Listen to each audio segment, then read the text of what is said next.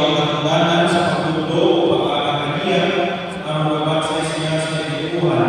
Katungganan ninyo ang pagkakatiman kaniya ang magkakinaman siya sa kamalao sa Diyos, sumana sa Panginoon ni Kristo, inaagi sa pag-iuma sa Diyos, o sa pag-iuma sa ating isika ninyo.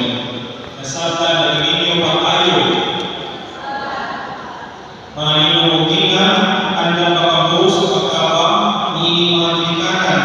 Diya sa pagtuman nila sa ilang karindanan sa pagkakristanos sa inamahan o kamahan. Mga kabataan sa kagulang na go, ilawag ang pagkakas sa kristanos sa katilipan. Sa ngalan sa mga katilipan, inulog ko ang mga Kristo at ang Lordus. Pinaagi sa limangan sa iyang Diyos. Kurusan ang karoon at inyong akal, sunod sa tinis inyong tinikanan, kamanino o ina.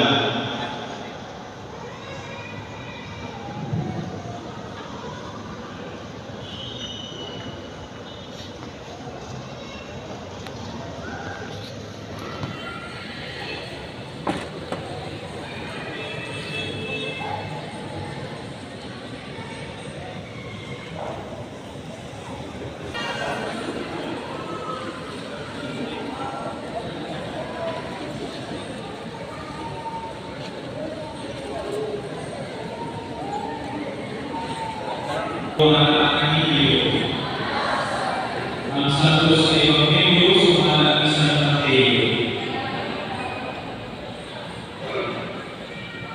Niyato niyo ang si Jesus sa iyong Panginoon. Ihahagahan ko ang panamahog sa langit ng sila. Kung sa pangataw ko at sa tatakawan sa libong kahilutan. Kung hiwa sila ang ating Panginoon, tumunyag sila sa kalang samahan. Sa anak o sa Espiritu Santo, kung tuloy sila pagkuman sa tanan na akong isuo kaninyo, kung binubumi ang pagkakata ninyo sa karunay, hangtod sa katapusan sa kahilutan. Ang Ebanghelyo sa Ginoo. Nalibog ang ito sa Ebanghelyo. Tungkol kayo ang mga tawa, we expect about material things. Apan ang pagkakawato sa inyong anak, ang pagkakawato ng inyong mga kabataan na doon, mao ang gasa sa kinabuhi walay katapusan. Ang gasa sa kinabuhi Kristo, ginagawin ini na manawa. Usa mo ang ginganan, ang ginagawin ini,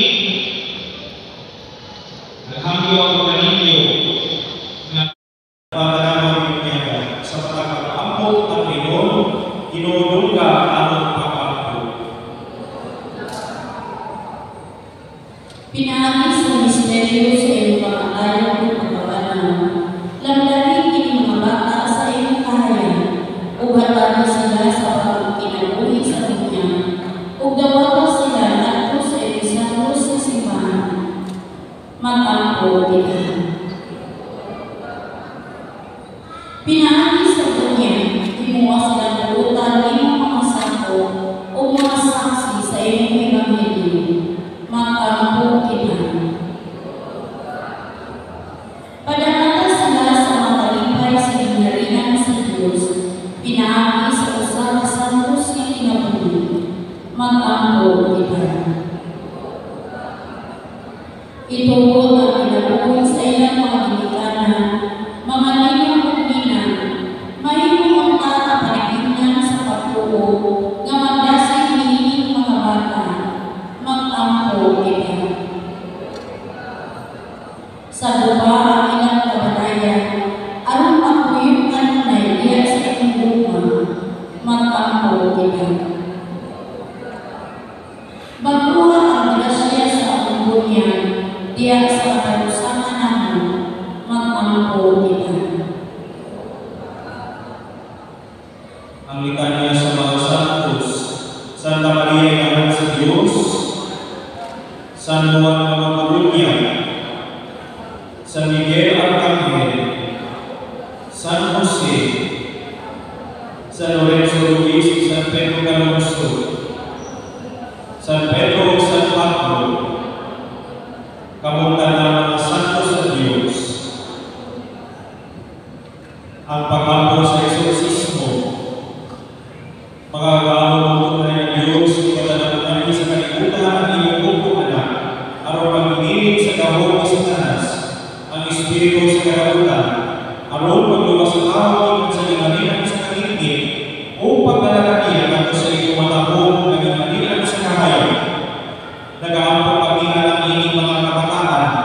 Luwasa sila sa mga lundol, imuha sila ng kailangan sa ikupaya, o papuy ka ang Espiritu Santo ng kanila.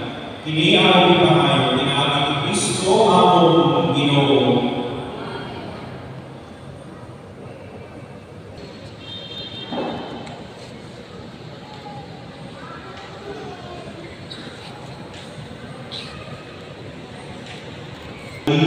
Dia begini keperluan ninyo ini mga kabataan. Pinagi sa tubig o sa Espiritu Santo, nawag pinagi sa Diyos na makaumuma ang kasa sa pagod kinabuhi. Sa inyong bagay, ang mga sa kanilay, ang bansayo nila na sa kinabuhi at pinagtituhan. Tanawan ninyo ang kinabuhi Diyos ko, kaya kanila sa Diyos, ang pinagpapalayo sa sana. Ano sa ganun na yung kanang pinagpon, kasi ang kasing-kasi. Kung inyong mabuhay ang alam ninyo sa pagkawag ng katubanan, mabuhay ninyo karoon ng pagpatupa sa inyong magalimot po niya.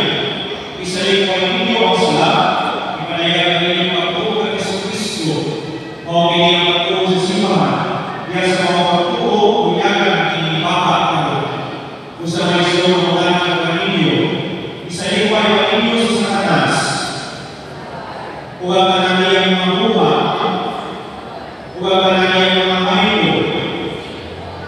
Nagagawa ako sa Diyos ang mahal ng kagawang sa tanan, pagbubuhay sa langit o sa iyota.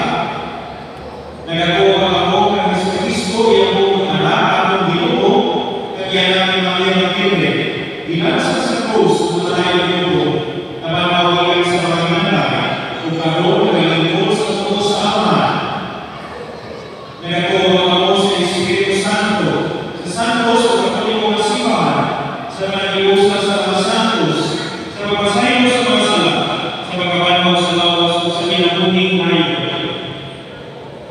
O kinilang ako sa simbahan, o kinilang ako pagtuo, mga sa kagawang ka sa pagkalayan ini, diyan ako sa Kristo na Espiritu Santo. Samahan ug sa anak ug sa Espiritu Santo. Ngalan samahan ug sa anak ug sa Espiritu Santo.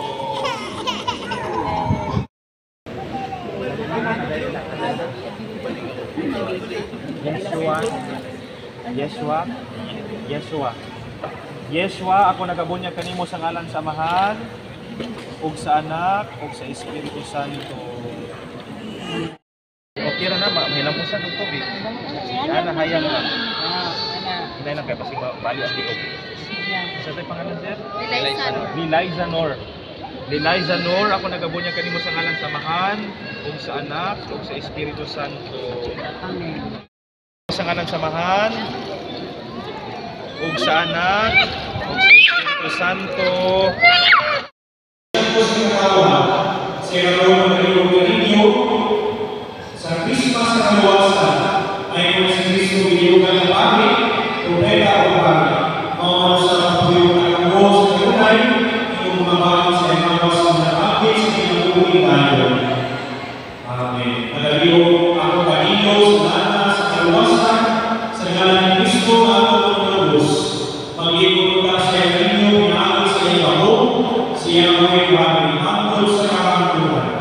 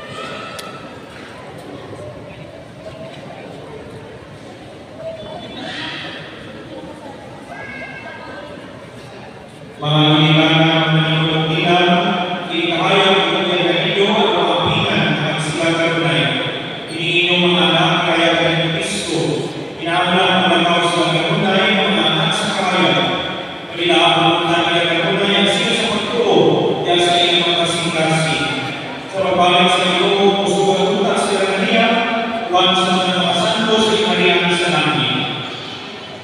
Amen.